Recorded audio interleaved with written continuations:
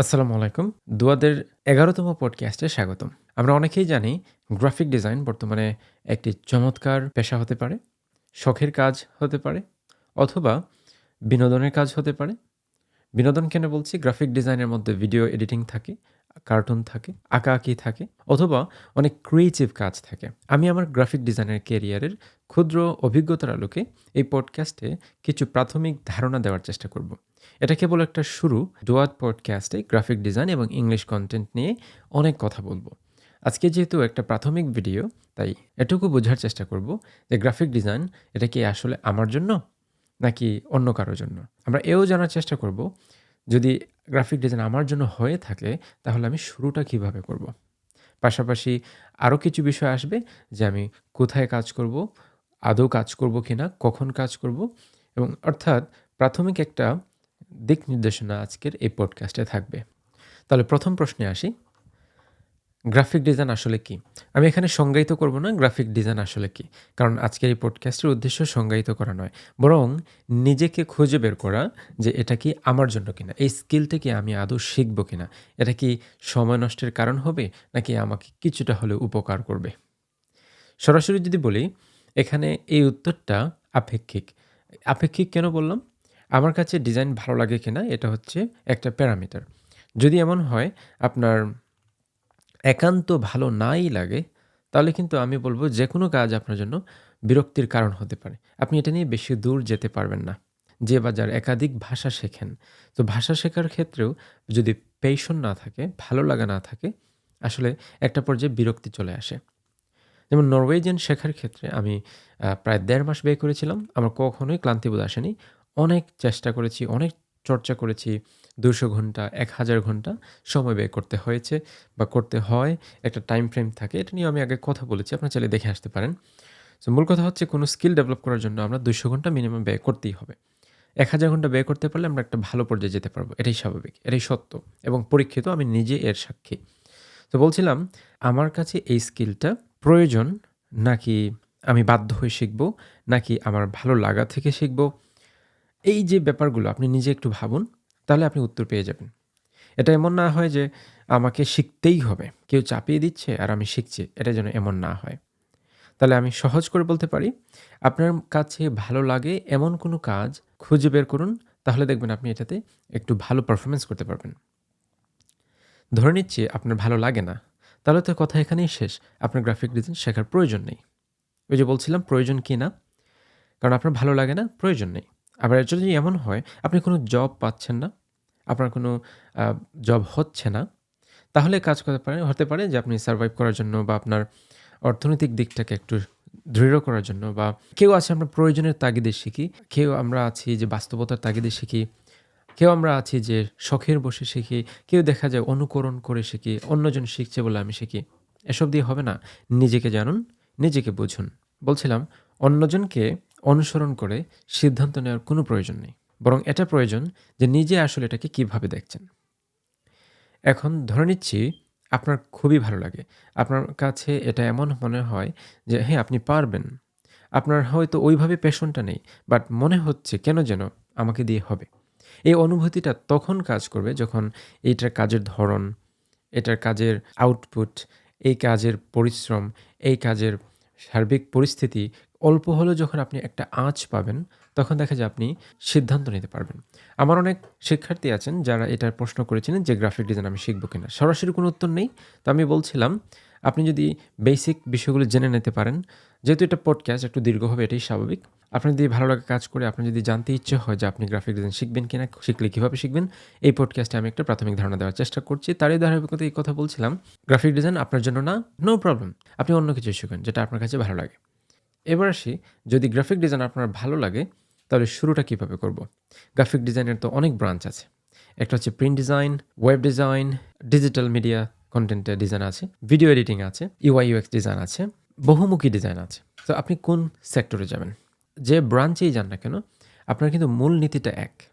Design principle জানতে হবে, design theory জানতে হবে, কালার সাইকোলজি জানতে হবে, আপনি যে কনটেন্ট নিয়ে কাজ করবেন, যে ব্রাঞ্চ নিয়ে কাজ করবেন, কথার কথা আপনি লোগো ডিজাইন নিয়ে কাজ করবেন, অথবা আপনি ভিডিও এডিটিং নিয়ে কাজ করবেন, অথবা আপনি প্রিন্টিং ডিজাইন নিয়ে কাজ করবেন or any web design, whichever you do, আপনার ডিজাইন প্রিন্সিপলস জানতে হবে। এই জায়গাতেই আমরা অনেকেই পিছিয়ে থাকি। আমরা এটা জানতে চাই না। তখন দেখা যায় সময় খুব বেশি লেগে যায় আমরা একটা ভালো পর্যায়ে পৌঁছার জন্য। মূলনীতিটা কি এগুলো নিয়ে আমি কথা বলব পর্যায়ক্রমে। আমি শুধু এটা বলছি দিক নির্দেশনা যদি আমি শিখতে চাই তাহলে কি করা উচিত? হ্যাঁ, আপনি যে কয়েকটা কাজ করতে পারেন একদম সহজ ভঙ্গিমায় যদি বলি, আপনি গুগলকে কাজে লাগান। নিজের মতো করে একটু রিসার্চ করুন। What is graphic design?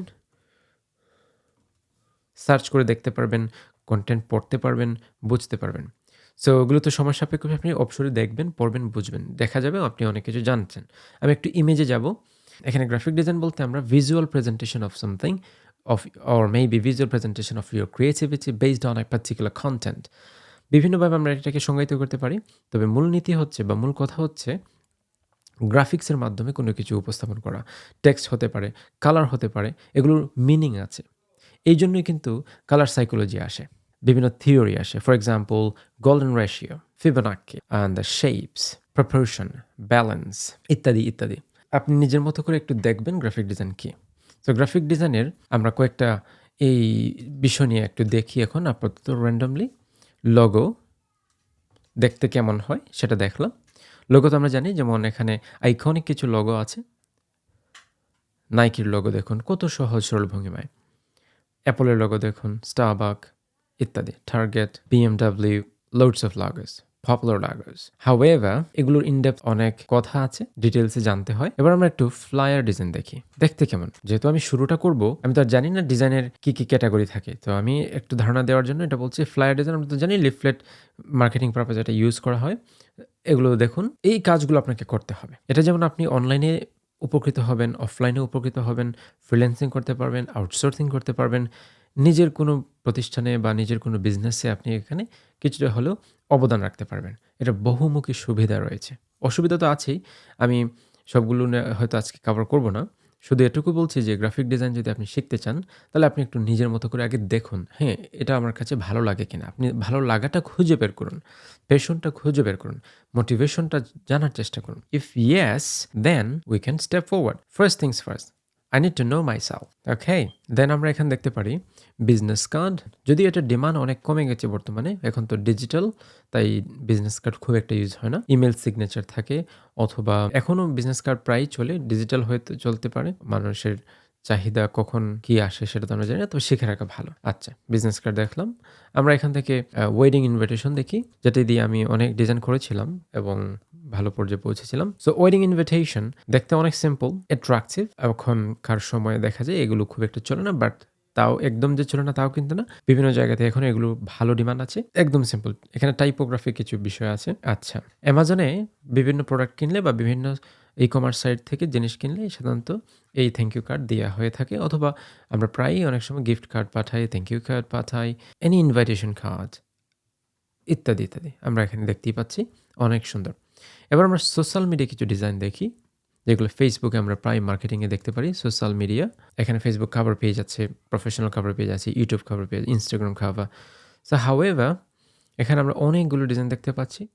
এখান থেকে দেখুন একেকজন এক রকমভাবে করছে। এখানে হচ্ছে ক্রিয়েটিভিটির একটা বিচরণ করতে হয়। You should play around your skills and the tools ইত্যাদি। যাক, বলছিলাম আপনি নিজে একটু ডিজাইন সমুদ্রে ঝাঁপ দেওয়ার আগে ওই সমুদ্রে কী আছে এবং কিভাবে রয়েছে একটু দেখুন। যদি আপনার ভালো লাগে, হ্যাঁ, এই ধরনের বিষয়গুলো আমাকে টানে আর আমি পারবো বলে মনে হয়, তাহলে একটু চেষ্টা করে যেতে পারে। এই তো হয়ে গেল সিদ্ধান্ত নেওয়া।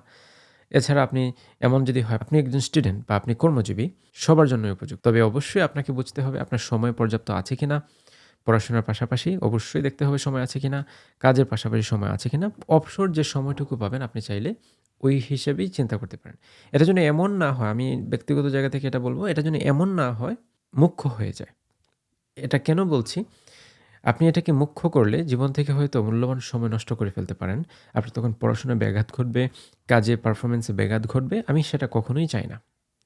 হ্যাঁ, ভিন্ন কথা, আপনি পড়ছেন না, আপনি কাজও করছেন না, কিচ্ছু নাই আপনার, তখন কিন্তু মুখ্যভাবে এটাকে অনুসরণ করতে পারেন। তাহলে একেকজনের অবস্থা একেক রকম। আপনার অবস্থা কী সেটা আপনি ভালো জানেন। যদি আপনার মুখ্য হয় তাতেও যেমন কাজ হবে, যদি এটা আপনার গৌণ হয় তাতেও কাজ হবে। অর্থাৎ যেদিকেই চিন্তা করেন না কেন এটা আপনার উপকারে আসবে।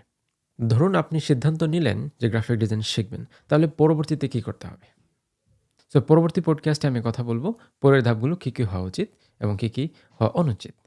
সেই পর্যন্ত সবাই ভালো থাকুন, সুস্থ থাকুন। আসসালামু আলাইকুম। কাট।